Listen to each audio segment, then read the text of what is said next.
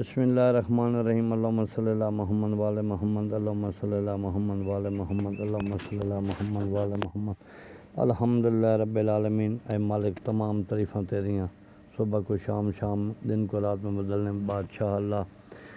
درود شریف محمد صلی اللہ علیہ وسلم دی آلتے۔ دوستو عزیز و بھائیو السلام علیکم۔ میں آج کے لیے آپ کے لیے بہت ہی مجرب عمل لے کے آؤں، یا اللہ یا ہو، یا اللہ یا ہو۔ یہ اسم اعظم بہت ہی تاثیر والا ہے، بہت ہی طاقتور ہے۔ آپ جس حاجت جائز کے لیے تہجد کے وقت اسم اعظم کو 313 مرتبہ اول آخر 14 مرتبہ درود شریف کے ساتھ پڑھیں گے، انشاءاللہ آپ کی جائز حاجات پوری کر دے گا۔ اور جس آدمی کا گھر میں فاقہ چل رہا ہے، تنگی چل رہی ہے، یا اس کے بیٹے کے لیے کوئی دعا کرتا ہے کہ نوکری لگ جائے، وہ عشاء کی نماز کے بعد مصلی میں اسی جگہ پہ بیٹھ کے اس اسم اعظم کو 14 مرتبہ درود شریف کے ساتھ یا اللہ یا ہو پڑھے، انشاءاللہ اس کے گھر سے غربت دور ہو جائے گی۔ اور اس کو لکھ کر اگر میری بہن کوئی بھائی پاس رکھے، عطر خوشبو لگا کے، ہر دل عزیز ہوگا۔ جہاں بھی جائے گا اللہ تعالیٰ اس کی عزت کرے گا، آدمی اس کی عزت کریں گے، اللہ تعالیٰ اس کی ہر خواہش پوری کر دے گا جائز۔ اور دشمنوں کے لیے یہ قہر بن کے ٹوٹے گا، اچھے برے کی نظر میں مقبول ہو جائے گا، ہر دل عزیز ہو جائے گا۔ اگر یا اللہ یا ہو کہے جن انسان و ہوش تو وہ جملہ مخلوقات مسخر مطیع ہوں گے۔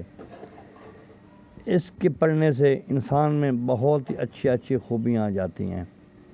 یہ مشائخ کا، اولیاؤں کا، یہ سلسلہ نقشبندیہ سے بہت ہی مجرب عمل ہے۔ اللہ کے صفاتی ناموں کا یا اللہ یا ہو، اس کا پڑھنے والے کی بہت ہی تاثیر ہے۔ اس کا پڑھنے والا دشمنوں سے بے خوف ہو جائے گا۔ اس سے پڑھنے سے رزق کی تنگی دور ہو جائے گی، رشتے بنتے بنتے بگڑ جاتے ہیں، لوگ نفرت کر جاتے ہیں۔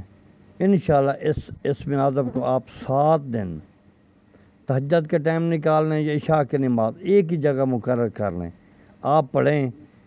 اس اسم اعظم کے بہت ہی بڑے فائدے ہیں۔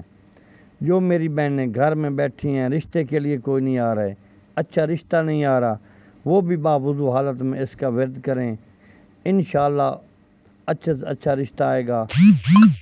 اور آخر میں دعا کرتا ہوں، جو بھی میری اس ویڈیو کو لائک کرے گا، سبسکرائب کرے گا، فالو کرے گا، اللہ تعالیٰ اس کی تمام مشکلیں آسان کر دے۔ دوستو عزیز و بھائیو، آپ ہر آنے والی ویڈیو کو مکمل دیکھا کریں، شارٹ نہ کیا کریں، تاکہ آپ کو چیز کی سمجھ آ جائے۔ اللہ حافظ۔